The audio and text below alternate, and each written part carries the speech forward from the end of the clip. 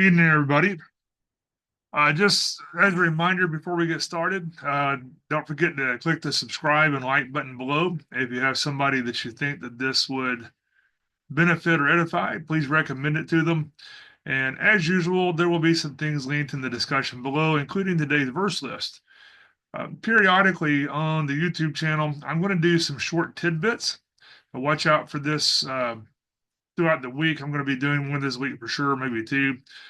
These are little short things that explain some points that are important, but they may not be covered in our regular studies. A lot of times it's going to explain some stuff that we cover in our regular studies. So watch for those and know the little 5 or 10 minute videos don't replace these long studies. Tonight we're going to begin in Mark chapter 3, verse 22. This is a verse we read last week. This is just to kick us off. And the scribes, and in Matthew, the story is the Pharisees. So the scribes and the Pharisees, which came down from Jerusalem, said that he is possessed by Beelzebub, and by the prince of devils casteth he out devils. Then in Matthew chapter 12, verses 25 through 28, and Jesus knew their thoughts and said unto them, Every kingdom divided against itself is brought to desolation, and every city or house divided against itself cannot stand. And if Satan casts out Satan, he is divided against himself. How then shall his kingdom stand? And if I by Beelzebub cast out devils, by whom do your sons cast them out? Therefore they shall be your judges. But if I cast out devils by the Spirit of God, then the kingdom of God has come unto you. So previously we looked briefly at Beelzebub and some of the plays on words in the Bible. He is Lord of the drain flies. They clog up sewer pipes. They're not what we in the West tend to think of as flies, or not common house flies. But these are nasty little things that torment people, and they just grow well beyond their environment until they clog up drains. We also looked at how putting yourself under the law is putting yourself under the sewer pipes and the play on words. And this is not talking about the law of God, but it's talking about the laws of man. The law of God is summed up in Matthew chapter 22, verses 36 through 40. It says, Master, which is the greatest commandment in the law? And Jesus said unto him, Thou shalt love the Lord thy God with all thy heart, and with all thy soul, and with all thy mind. This is the first and great commandment. And the second commandment is like unto it, Thou shalt love thy neighbor as thyself. On these two commandments hang all the law and the prophets. Now, the law of man, while they may not necessarily be contradictory to the law of God, can be deceptive, and they can cause you to put yourself under the sewer pipe, so to speak. And this can put you in a place of refuge where you cannot follow the laws of God. So, what does this have to do with our subject at hand?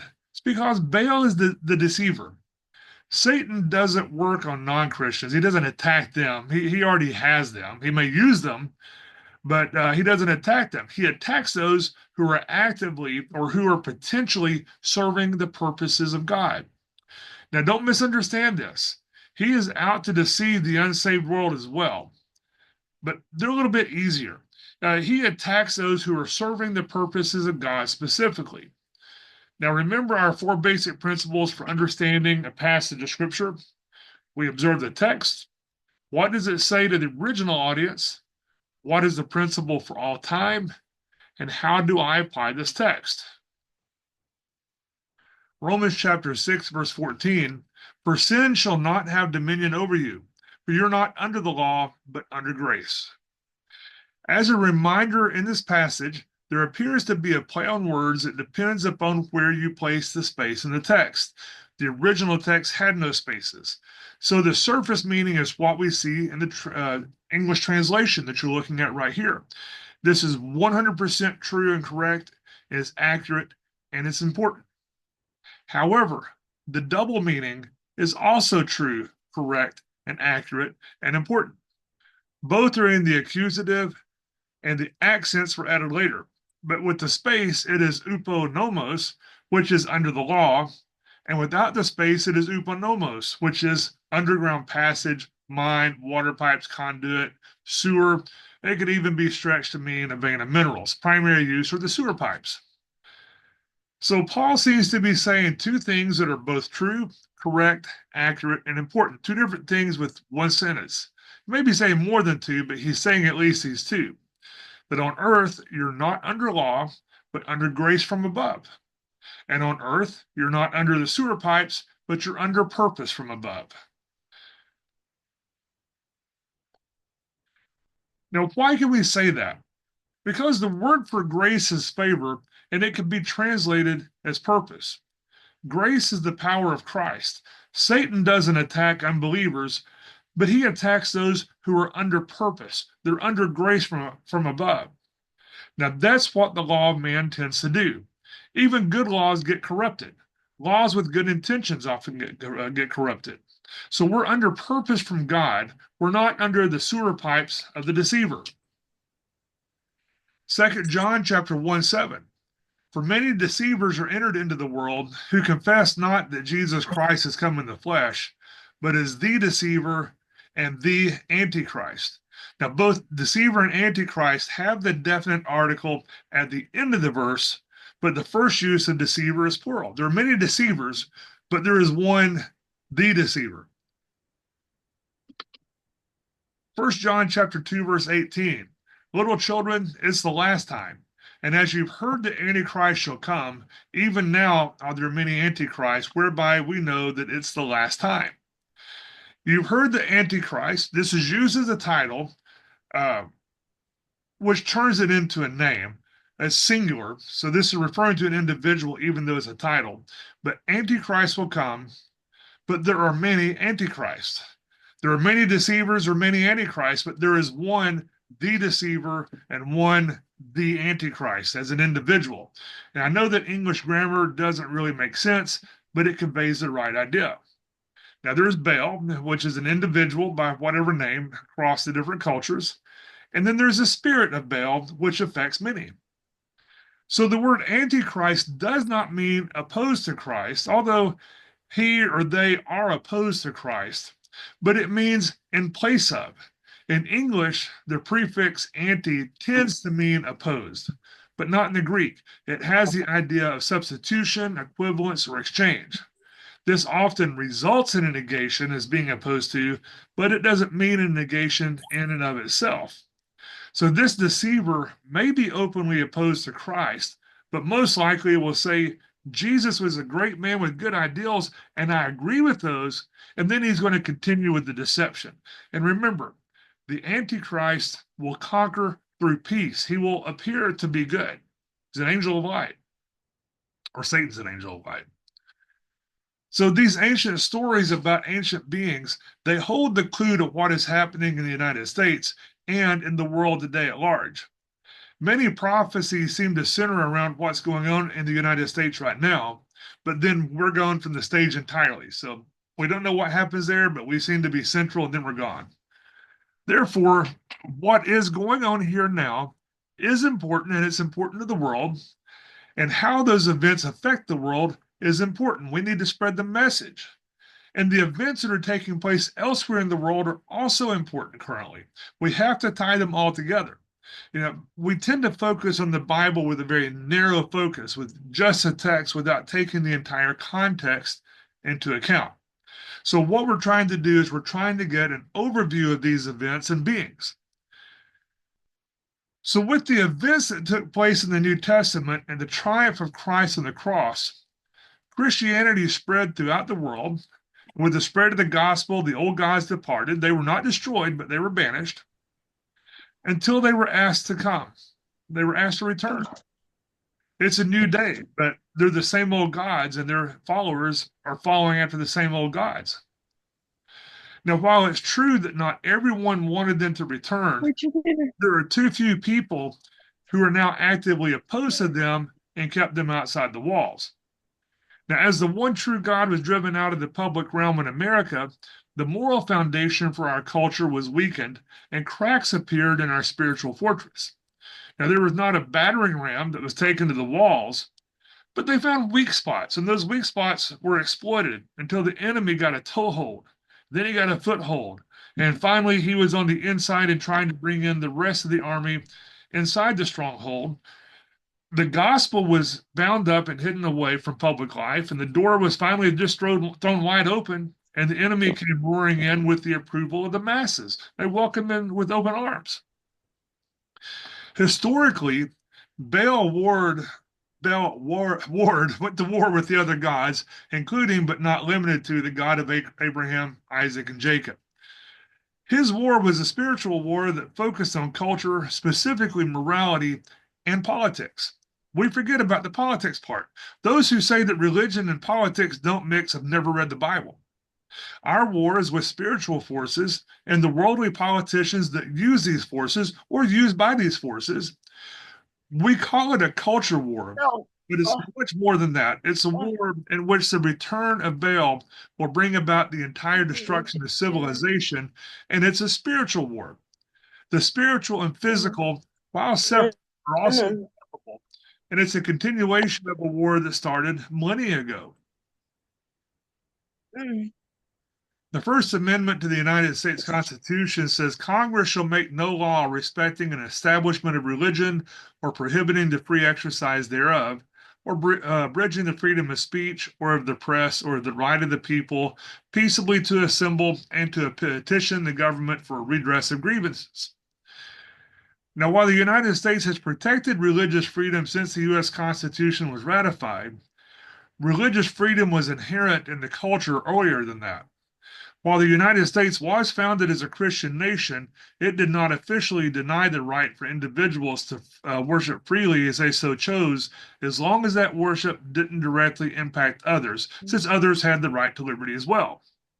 So the only prohibition was that Congress was to make no laws for or against the free exercise of liberty. And in fact, a very large percentage of the slaves were Muslim, since they were blacks who were captured by their black enemies and then sold into servitude. It was one Muslim tribe capturing another Muslim tribe and then selling them into slavery. But that worship of Islam seemed to fade away. But it was not until the late 19th century that free Muslims immigrated to the United States. Now, liberty can be a two edged sword. When those laws were ratified, there were two sides. Those who wanted to do what was right, which was mostly Christians, but many atheists who sided with Christian principles as being necessary to civilization. And then there were those who knew that the same tool could be used for other darker purposes later. So freedom of religion is good, but it is a tool that can be misused and abused. Mhm. So this liberty was used by those who hated the one true God and who hated morality, and they were possessed by a demon of deception that we can just simply call openness. I mean, call it toleration of new ideas and new ways. And there's a saying that those who don't know history are doomed to repeat it. The reality is that those who do know history are doomed to repeat it because most people don't know history. Ecclesiastes 1:9 says, "The thing that hath been, it is that which shall be, and that which is done is that which shall be done, and there is no new thing under the sun." These new ways and these new ideas, they're not new. They're the same old pagan ways, worshiping the same old false gods. Matthew 15:17, "Do you not yet understand? Perceive you not that whatsoever entereth in at the mouth goeth into the belly and is cast out into the draught?" And this expression here, "perceive you not," we're expected to use our minds for insight into the things of God, not for pride, but we need to understand. And that's why God gave us minds. There are many who expect you to leave your brains at the door when you enter a church, and that's the law of man. That is not the law of God. God wants you to use your brain. As a society, we're intellectually lazy, and as a nation, we're not righteous, nor do we even pretend to be righteous anymore. Uh, well, we pretend to be self righteous. Well, we are self righteous and we have virtue signaling, but we don't even pretend to exhibit a true righteousness anymore. Now, last week we looked at a couple of words, but as a reminder, one of these words we looked at is translated here as goeth in the Greek. It's the word choreo, and it means something that goes in and pushes out whatever is there and makes way to what is coming in. In other words, it pushes in and whatever is in there is pushed out. The word that's translated as draft or sewer is different than the word that's used in the Septuagint that we looked at, but it's the word aphidron, which is from the word for seat and away from, as in a separating distance. So, as a nation, we took in everything that the deceiver gave us, which went in and pushed out the things of God, and we cast God away from our collective culture. And the opposite is also true. We saw in Matthew 19:11 that those who hold such false beliefs are not able to make room for things of God. In other words, we should let the things of God push out the things that are not of God, but so many people are intellectually incapable of investigating anything that opposes what they want to believe. So, as a nation, every step that we took that embraced this new morality, which is Orwellian doublethink or doublespeak, it pushes that much further away from the true morality that was given to us by God. What gave us freedom and virtue was not perceived as oppression and a hindrance to liberty, or it was now perceived as oppression and a hindrance to liberty. What gave us liberty, they perceived as being oppressive. So, to explain these two terms, they're modern, although the ideas are in the Bible. Doublethink is a process of indoctrination in which subjects are expected to accept two conflicting beliefs as both being true. They're contradictory, but they're expected to believe them both as being true. And these conflicting beliefs are obviously in conflict with reality and often in conflict with their own memory, but they still have to believe it. This was a term that was coined by George Orwell in his novel 1984 as part of the fictional language of newspeak. Doublespeak, on the other hand, is language that intentionally distorts or reverses meanings of words. It takes words and changes them in a way that makes the truth more appealing, such as using the word downsizing instead of saying layoffs. It also uses ambiguity in language to disguise the nature of truth. Political correctness uses both doublespeak and doublethink to corrupt a society from within, and is used by large political groups or businesses. Jesus offended many people by speaking the truth in a society that was full of doublethink and doublespeak and just outright lies. And we're seeing a return to this today. Every time you turn on the news, every time you read an article, you see it out there. And this situation is being created because it's necessary to open the society to be receptive to the demonic attacks that are taking places. If people are resistant, the demonic attacks can't take place. But if they're open to it, come right on in. Now, just as Baal was once cast out of the world by the gospel, he has returned to cast the gospel and the God of the Bible out of civilization. Just as the false gods had once been exiled, the God of the Bible is now being exiled from so-called civilized societies. And it used to be settled. Oh, we don't want to offend so and so with talk about God because he's a pagan or he's a Muslim or he's some other religion. You're supposed to keep it to yourself. But now they just come out and say God is evil and intolerant, and we must join these pagan and other religions because they're so peaceful. And then they blow you up. But God was the first in our society. God was first cast out of public life, out of the government. And then he was cast out of movies and out of TV and out of everything with culture.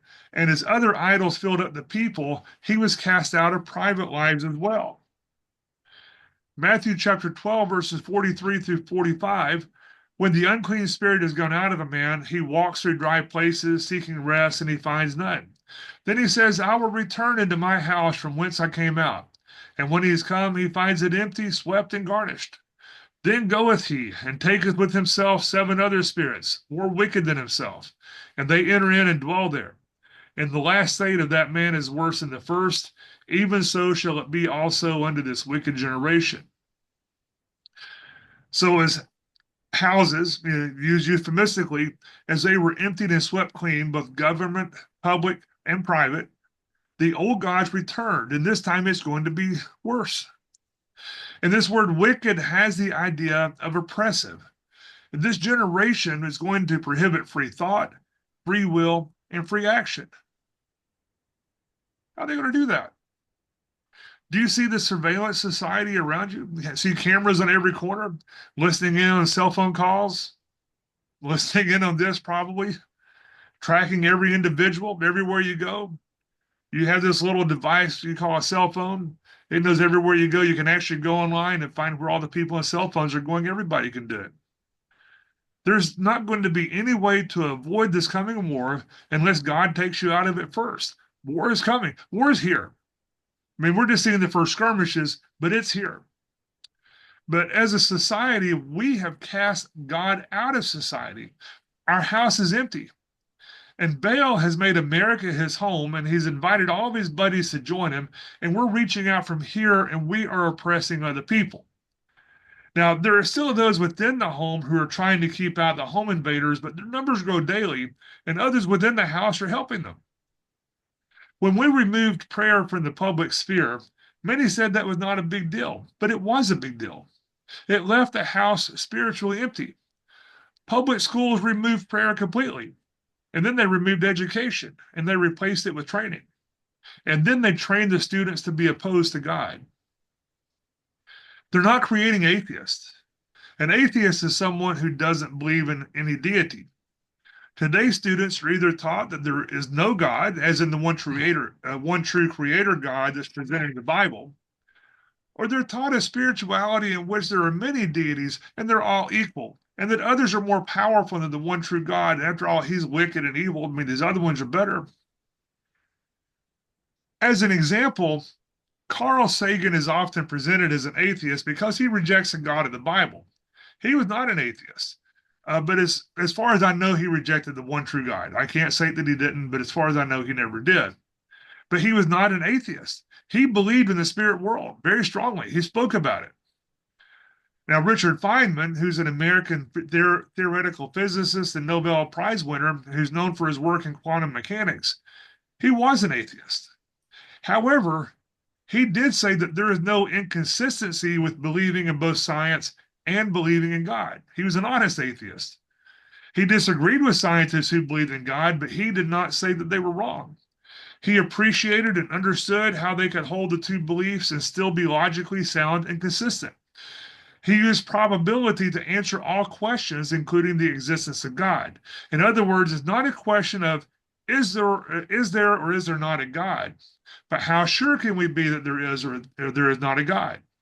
So he stated that it's impossible to disprove the existence of God. And since that's impossible, then belief in both God and science is a consistent possibility. Now, although he didn't believe in God, he also knew that scientists who also believe in God, they're perfectly consistent. So, what is at the heart of opposition to God? It's the God of self. The schools replace the one true God with many gods, and there will one day be a physical manifestation of this. Well, we're seeing it now. It's not one day, it's here. That day is here. It's going to get worse, but it's here. But this is not anything that's new. It's new to us because we don't know history. And now we as a society no longer know the Bible. Exodus chapter 20, verse 3, thou shalt have no other gods before me. This is a very emphatic prohibition. And this word before has the idea of beside. The Septuagint uses the word that means except for. In the Greek, there are two words for other, one of which is a different other, completely different. Heterosexual is from this word because it's completely different. And the other is a similar other. It's a contrast. It takes one group and it contrasts one person with another person in the same group. So the word for different other is used here. This is a completely different type. So you shall have no completely different God beside me. And this verb is singular, but the gods is plural. So the idea is that you will not, under any circumstance, have even one of these gods be even equal to me. Now, this does not mean that these other gods are not real. And it doesn't mean that these other gods don't exist, but only the God of Abraham, Isaac, and Jacob is the one true God. And this brings to mind the marriage contract. A wife belongs to her husband, and a husband belongs to his wife. But a wife belongs only to her husband. Now, this doesn't mean that other men don't exist, but none of them are on any sort of equal relation with her with her husband. Exodus chapter 20, verse 4. Thou shalt not make unto thee any graven image, or any likeness of anything that is in heaven above, or that is in the earth beneath, or that is in the water under the earth. In the Septuagint, the word for graven image is that of an idol. It's literally the word idolon, and it's specifically an image that is made to represent a transcendent being. You can make an image that is graven, it's inscribed, or is written without it being an idol. You can have a nice statue, not a problem. The idea is to not make graven images that represent a heavenly being. The word likeness is the same word that the Septuagint uses as similar. And that is in, or such as. You are not to make an idol that represents anything similar to things that are in heaven above, earth beneath, or water under the earth. Now, the ocean is water, but it's not under the earth. 1 John 5:21. Little children, keep yourselves from idols. Amen. The word keep here in this verse is the same word as prison. In the West, we have a view of prisons as a building with cells and bars. However, a prison is something that keeps you from escaping. And remember our thought on the surveillance society earlier? A city can be a prison. And as Fyodor Dostoevsky said, the best way to keep someone from escaping prison is to make sure that he never knows that he's in prison. You can imprison yourself, and you may never know that you're in prison. In other words, what John is saying in this verse, little children, keep yourself from idols, is saying, do not imprison yourself with idols.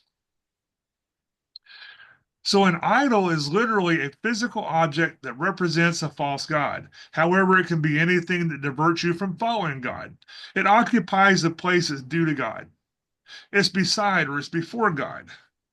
In our image of the marriage contract, it is called fornication. Therefore, idols and fornication are closely related. Use the same phrasing for it. So to sum up Exodus chapter 20, verses 3 through 4, 1, don't have any other gods. And 2, don't serve idols. Now, you've heard me refer to Baal as a deceiver several times. There are many different types of deception. We're going to look at different types of deception in the future because we're getting hammered with all of them every day, and we should be aware of them. But one type of deception is what's called a false dilemma. And that's a situation in which somebody creates two artificial choices to make someone think that you must choose between the two choices that are provided. If there are questions or if there are relations between two different things, then there are answers. They're called equivalent sets. But if it's a mutually exclusive set, then there's a yes or no answer, and it can't be both at the same time, unless you're a victim of doublethink, obviously. But if it requires a yes or no answer and those are the only two options, that's your two options. Now, sometimes it can be both if the question is not clarified, such as using a word in the question that has more than one meaning, so doublespeak. But if the question is appropriately clarified, then there is going to be a yes or no answer. Now, there are 3 different types of false dilemmas, such as, is so and so true? The answer has to be yes or no unless clarification is required. For example, somebody asked me the other day, is it true that eggs are so expensive because of avian flu? Well, that's not a yes or no answer. That's kind of a sort of. I had to clarify something. There were 100 million healthy chickens that were slaughtered, which created a shortage, which raised the prices. Although healthy agricultural practices would dictate that you breed the healthy ones, not destroy them. So the prices are up because the chickens were killed erroneously in response to the avian flu. In other words, the eggs are sort of up because of the avian flu, but not directly. But this is an example in which answers overlap where not all the answers are presented. Another one is, what sex are you? Well, there's only 2 answers, male or female, barring any kind of genetic abnormality.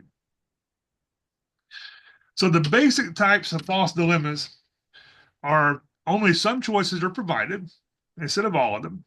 The two answers are not Uh, exclusive. Some choices are hidden, or a combination of the above. Now, there's also the situation in which there are more than two answers, but the other answers have been blocked, so you're forced to choose from two less than ideal answers. But this is more of a philosophical discussion than an actual false dilemma. In other words, if you're told that you have to choose from one of four options, but only two of those options are available, not just you're not told about them, but that's all that's available, that's a different situation. So who do you serve? Do you serve God or do you serve Mammon? That's an either or question. Has two answers. We're told explicitly that you can't serve both. Matthew 6:24 says, no man can serve two masters, for either he will hate the one and love the other, or else he will hold to the one and despise the other. You cannot serve God and Mammon. So to sum up this concept, a false dilemma is where a situation is created with two artificial choices between which you must choose between the two choices that are provided. Creating idols creates additional choices for you. Jesus never uses the word idol, but he uses the more general form of idol called mammon. So there are many different interesting plays on words and situations involving the word mammon in the New Testament. And we don't have the time to delve into that today, but generally, the historical use of mammon is that of confidence in one's own ability to do things independent of God. Many translations will translate it as money because if you have money, you might not feel the need to have confidence in God. Now, there's nothing inherently wrong with money. There's nothing wrong with lots and lots of money, but it does tend to get in the way of having faith in God. I know some very wealthy people who are still faithful, both with their money and independently of their money. But I also know some people who are not poor, but they have a little bit of money and they're not independent, or they are independent of God. They're self-reliant. The modern Hebrew idea is that of wealth, but this independence from God is what's important, and that is what is central to the idea of humanism, which is a religion that is taught in all public schools. It's a religion. Supreme Court said that it's a religion, and it's taught in the schools every day, even though they supposedly bar religion. The idea of serving mammon is called, it's a reflexive verb. What a reflexive verb is, that means that the action is directed back at yourself. She dressed herself. That's a reflective verb. Mammon is self-sufficiency, so it is worship of self. And that's humanism, and it's idolatry. An idol is what gets between you and God. Primarily, it's a graven image that's used to represent a heavenly being that is not God, but often you are your own idol. Now, you should worship God. You should follow God's rules of love God with all your heart, love your neighbor as yourself. An idol gets between you and God. And do you really want to become a God? Do you want to become a false God? That's kind of a heavy responsibility there. But an idol, including yourself, distracts you from what God wants you to do. You can serve mammon. You can be your own idol through self-sufficiency. You're given that option. You have free will. Now, one specific idol in the Bible, it's in the apocryphal book of Daniel called Bel and the Dragon. Bel, B-E-L, is the idol that's worshipped. This is the same as the Baal, this B-A-A-L, and other variations, and Beelzebub, B-E-E-L, is above. It's all the same thing. Baal is in the name of Babylon, Babel. Another common idol in Babylon was Nebo. The word Bel is from the Akkadian and means lord or master, and is used as a title. And it does not seem to be associated with the name of the nation Belarus is in that area, but it is involved with a lot of names that are in that area. In Latin and Greek, it's translated as Belus, but Bel is short for Bel Marduk, who was the main god at the time that Daniel was there. Belit refers to the spouse of Bel called Sarpanet, who is Astarte or Jezebel, whatever name she goes by in whichever culture. But the god Nabu or Nabu or Nebo was associated with literacy and wisdom. and it's from the Akkadian for announce or prophesy. And in the modern world, we tend to associate prophecy with telling the future, but the idea of prophecy is more the idea of declaring something. Romans 11:4. But what saith the answer of God unto him? I have reserved to myself 7,000 men who have not bowed the knee to the image of Baal. So Paul is speaking here of a time referring back to the entire incident involving Jezebel, Ahab, Elijah, all the priests of Baal. They had a big barbecue. But the Israelites had a tendency to worship false gods. They got to see the true God in action, and they would go back to worshiping false gods over and over. And here they were worshiping the idol Baal, which is the same as Baal, B-E-L. And with my southern accent, they probably sound the same to you when I say them, but that's another story. But it's the same thing anyway. Now, Nebu is associated with literacy and wisdom. Keep that in your mind.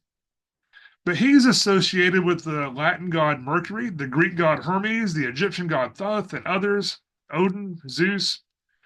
So just like Astarte and Baal, he is found among many cultures by many titles, and many of these titles became names. But they're all the same God. They're all the same being, the same false god.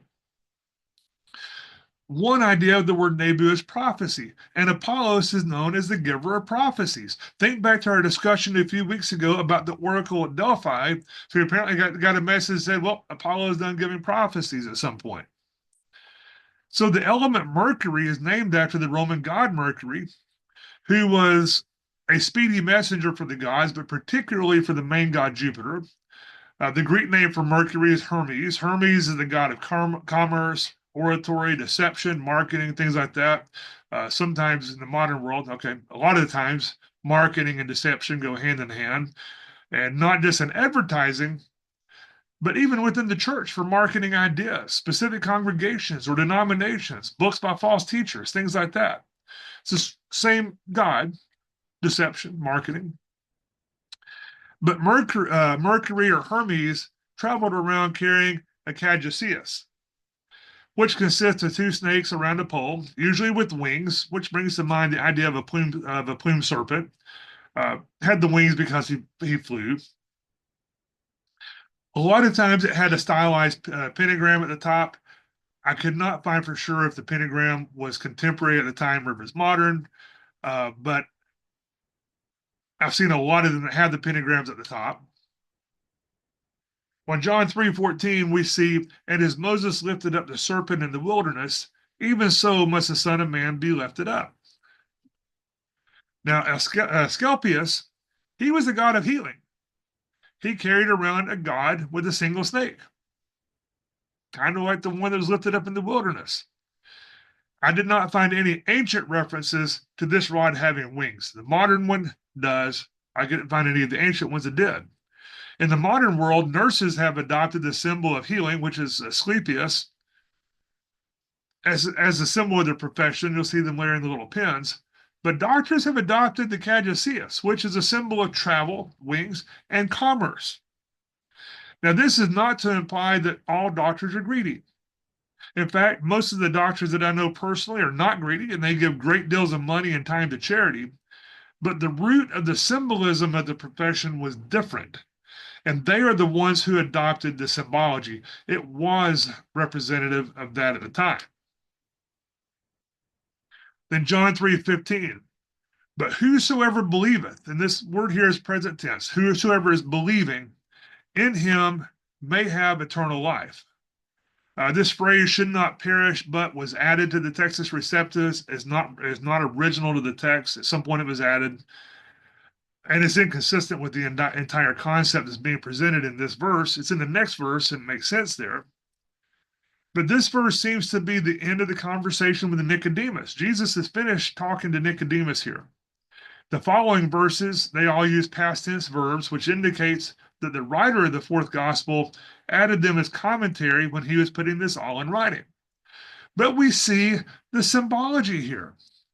Even as the serpent was lifted up, so must the Son of Man be lifted up.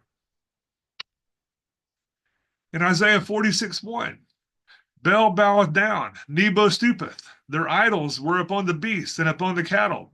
Your carriages were heavy loaden. They are a burden to the weary beast. So here Isaiah is talking about both Bel and Nebo.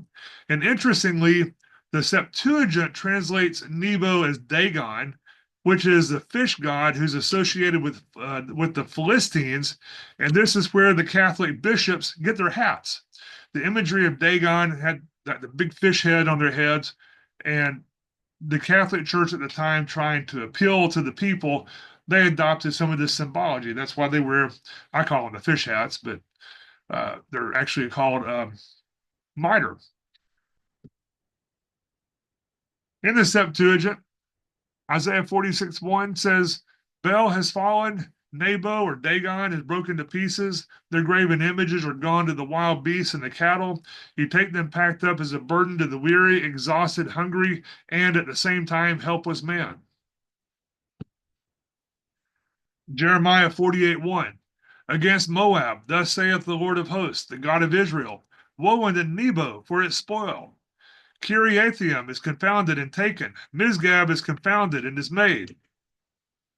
Jeremiah chapter 50, verse 2. Declare ye among the nations, and publish, and set up a standard. Publish and conceal not. Say, Babylon is taken. Bel is confounded. Merodach, who is Marduk, is broken in pieces. Her idols are confounded. Her images are broken in pieces. So here, once again, we see Bel associated with Babylon, and we see Marduk, Bel Marduk. That was a separation there. And then in verse 3, for out of the north there cometh up a nation against her, which shall make her land desolate, and none shall dwell therein. They shall remove, they shall depart, both man and beast. When Jeremiah uses the word north, this is from the word Saphon or Zaphon, is always used in association with evil. There are some who argue that it always comes from a geographic location, such as the Chaldeans coming from the north, which is unlikely based upon what we know from our archaeological information. And besides that, when Pharaoh took Gaza, he came from the south. So it's not always referring to a northern location. But he says, from the north there will come a nation against Babylon. But, and I like that word when I'm looking at generalities that seem to be inconsistent. But in the Mazzaroth, get out of thinking only geographically on the earth. The message in the stars, the constellation Draco, the serpent winds around the North Star. Therefore, it is known as the great serpent of the north. Babylon viewed it this way. There it was known as Tiamat, the goddess of chaos. In Egypt, it was the foreleg of Set, who was the god of chaos. And remember, demons are transgender. These are the same beings. One's a god, one's a goddess, cross-dressing gods. That's why we see the mess going on in the world around us. But all throughout Mesopotamia, it would have been well-known symbology to say north, and it's evil. This message of the Mazzaroth was given to all men through Adam and his son Seth.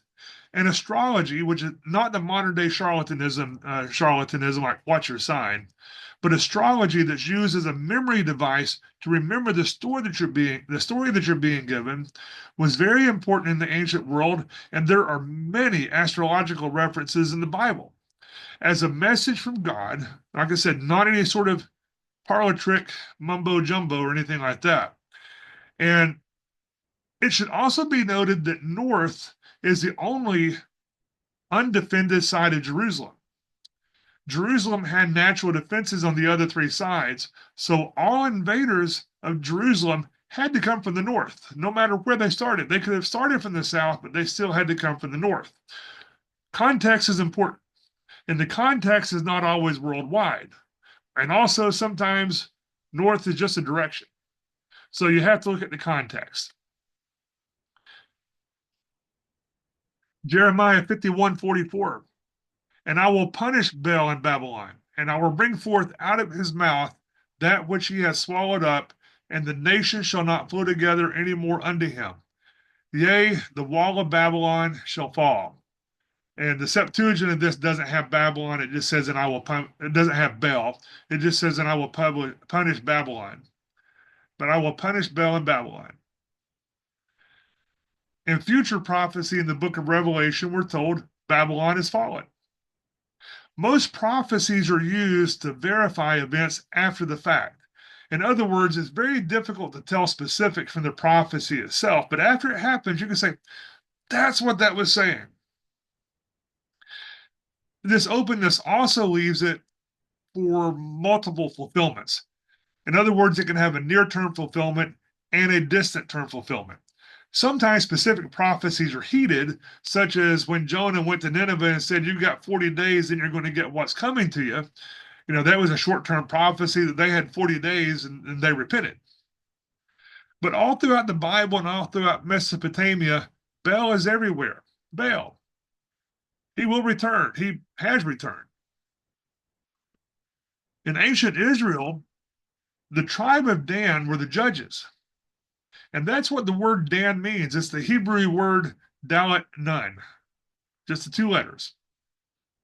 The Hebrew name Daniel adds El to the word.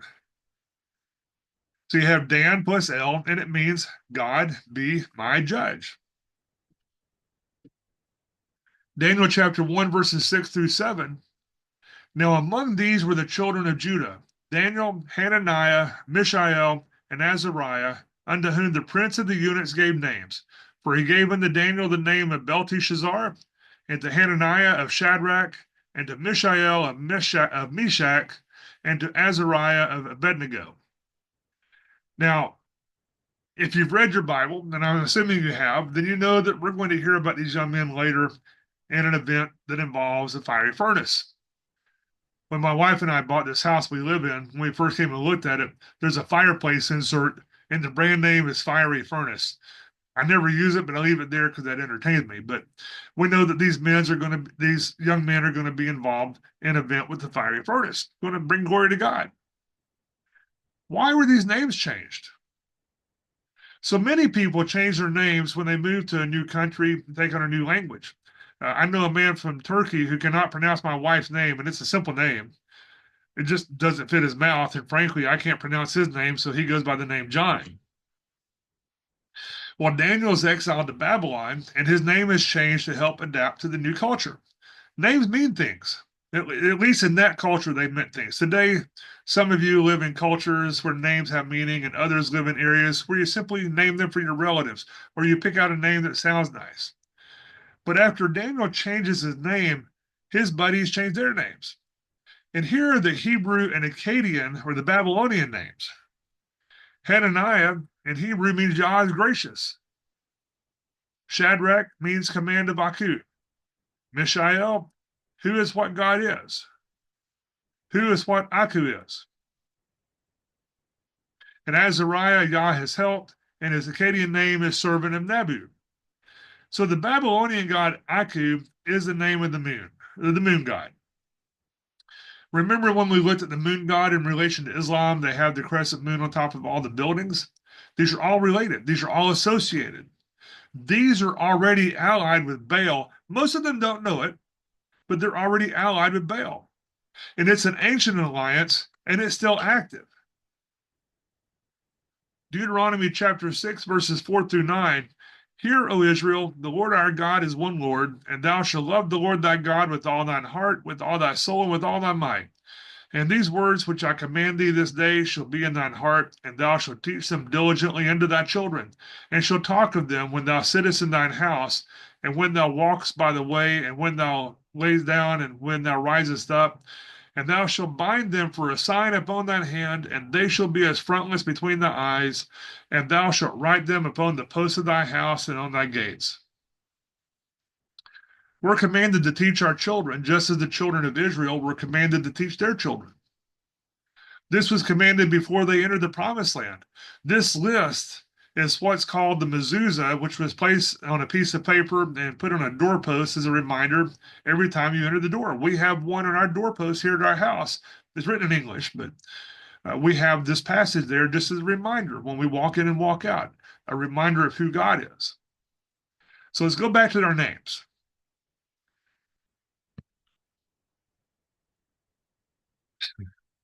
Nebo-Palasser, I love these names. Nebuchadnezzar was the father of Nebuchadnezzar.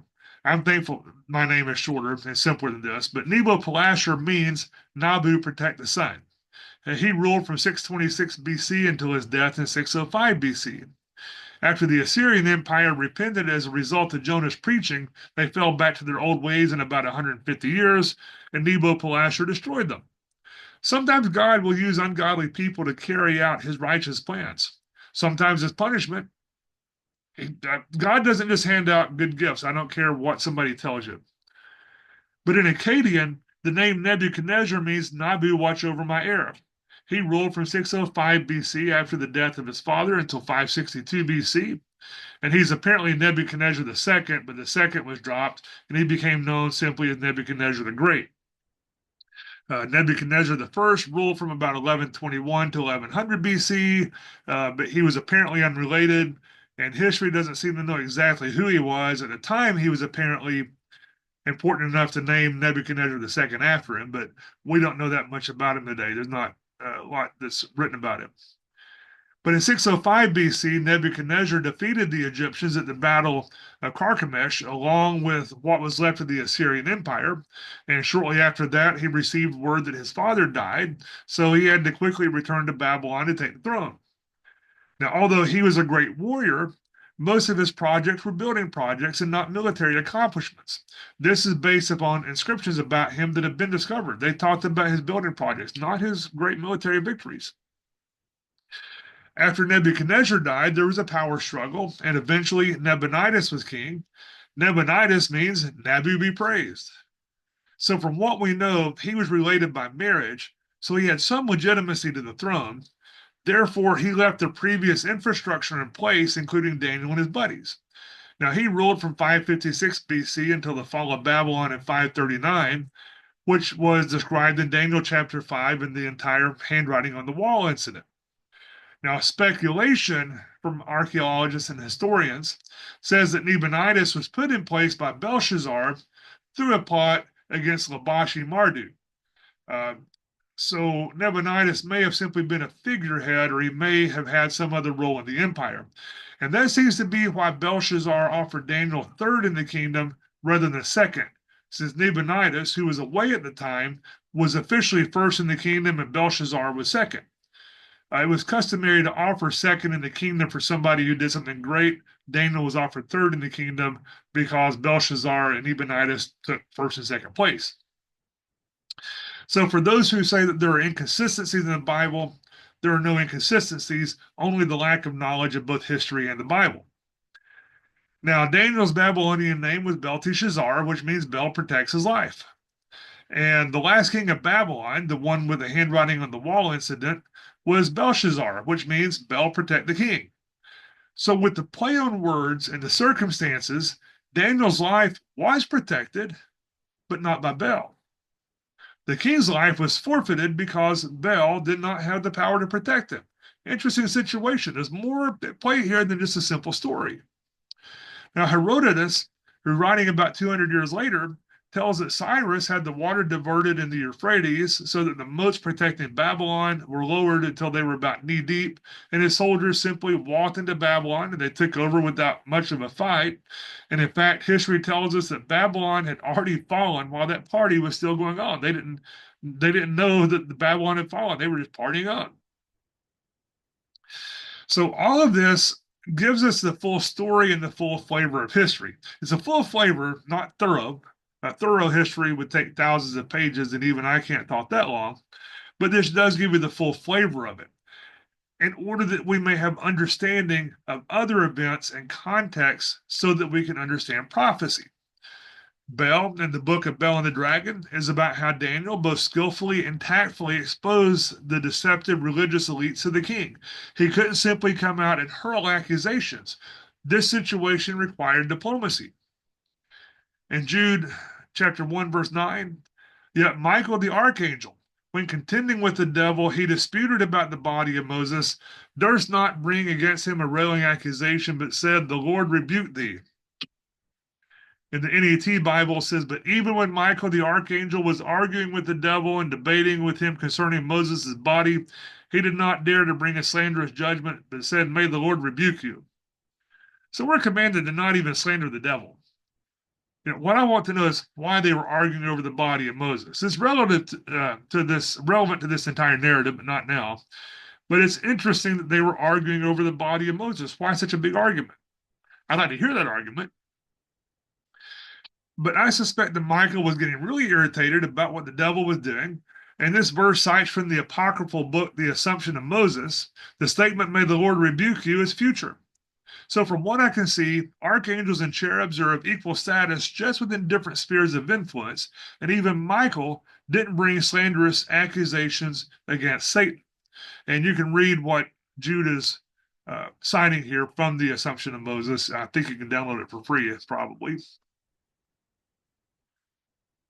Hebrews chapter 2, verse 9. But we see Jesus, who was made a little lower than the angels for the suffering of death, crowned with glory and honor, that he, by the grace of God, should taste death for every man.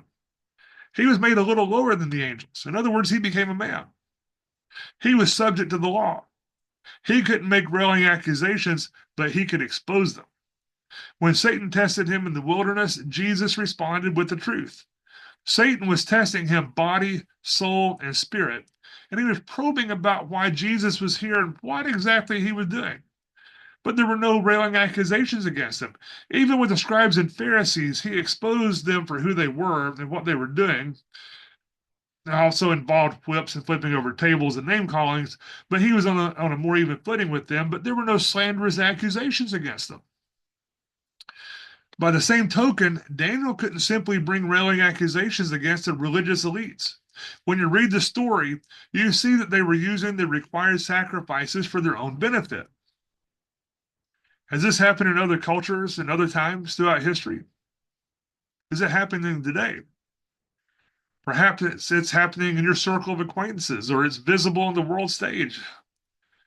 We need to expose these things using the truth. We don't need to make railing accusations and slanderous judgments. Use the truth. That's what Daniel did. He sprinkled dust on the floor, so in the morning their deception became obvious to the king. And it seems that Jesus has sprinkled dust with what he said, such that the footprints of deception will become obvious through the spoken words later in history. Baal has returned, and Baal will answer your wishes, but it's going to cost you. That price is everything. And you have to be careful what you wish for, because sometimes you just might get it. So do we make railing accusations, or do we expose the truth? And I'm sure we're all guilty as charged of railing accusations at times, but we need to expose the truth. The best way to expose a counterfeit is not to point out the flaws, but to know the truth and show the truth. And the Bible tells us that study is the highest form of worship, and we owe that to God. Study involves more than reading the Bible or even memorizing it, but it involves knowing the Bible, including the context, the subtext, and the nuances of the text itself. Will you recognize Baal when you see him? Will you recognize those who are allied with Baal? Are you prepared for this? He's a deceiver. And deception takes many forms, but those who are most easily deceived are those who want to be deceived and those who are unprepared. As an example of people who want to be deceived, this through ignorance, there's a hamburger place, A&W Hamburgers. You're probably familiar with them. And back in the 80s, maybe the 70s, they ran a campaign for a 1/3 burger as opposed to the 1/4 pound burger, showing that it's a better value for the same price. And the campaign failed because most Americans thought a 1/4 pound was bigger than 1/3 of a pound. They were unprepared. It's ignorance. And we're ignorant in the spiritual world. And I know that we have more important things to concern ourselves with than cheeseburgers, but the principle is the same. We have to prepare. Are you prepared for the onslaught against Christianity in the world? The deceiver needs that out of the way. And perhaps you are prepared. But are you prepared for the onslaught against faithfulness within the church? The watered down lessons, the false teachers that present a feel good message that will lead you down the road to destruction. They have an unbiblical control on lives. Show me your W-2 to make sure you're giving me enough money. I've known people who started going to churches that gave a list of how to live your life, what to do and what not to do. And then those people became more and more isolated because no one was living up to the man made standards of that church. The doctrines of demons that we have discussed, the destruction of education was not an accident. That's a doctrine of demons. The single translation onlyism, teaching anti-science. These are all doctrines of demons just to obscure the truth and to get us out of this fight. I recently saw a bishop, I'm using quotation marks here. He called himself a bishop. He wore the robes and stuff like that, but he wasn't a bishop of God. He's wearing a rainbow pallium. I called it a scarf. I looked it up. It's actually called a pallium, apparently. But he was wearing a rainbow scarf, and he declared that we must remove Jesus from our services if we're going to reach the world. What are we trying to reach them if we're not trying to reach them with Jesus? Ephesians 6:15, and your feet shod with the preparation of the gospel of peace. You have to be prepared in your walk with the gospel of peace. To be prepared, your shoes have to fit so that you can have firm foundation. In 1 Peter 1:13, wherefore gird up the loins of your mind, be sober, and hope to the end for the grace that is to be brought unto you at the revelation of Jesus Christ.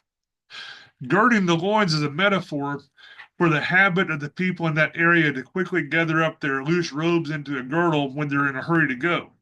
They would pull them up, they'd pass them between their legs, and they'd pull them around and put them in their belt. So they were kind of like pants. And then they could run or they could fight or they could move furniture or do whatever needed to be done. So the phrase to gird your loins, it means you got to get ready for action. You have to get your minds ready for action. We're waiting for the grace that will be brought when Jesus Christ is revealed. We're not to be passive in this world. We're not to simply watch the world go by, as so many people teach. Oh, don't get involved in that. Stay out of politics. We're commanded to be faithful and to be involved in the world. We're not of the world, but we are in the world. Baal is here, and the battle will come to you whether you want it to or not. We need to be ready for the action, and we're commanded to do.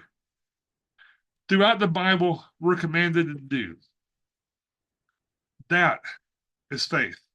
Faith is your belief put into action, and it works. Will you be faithful?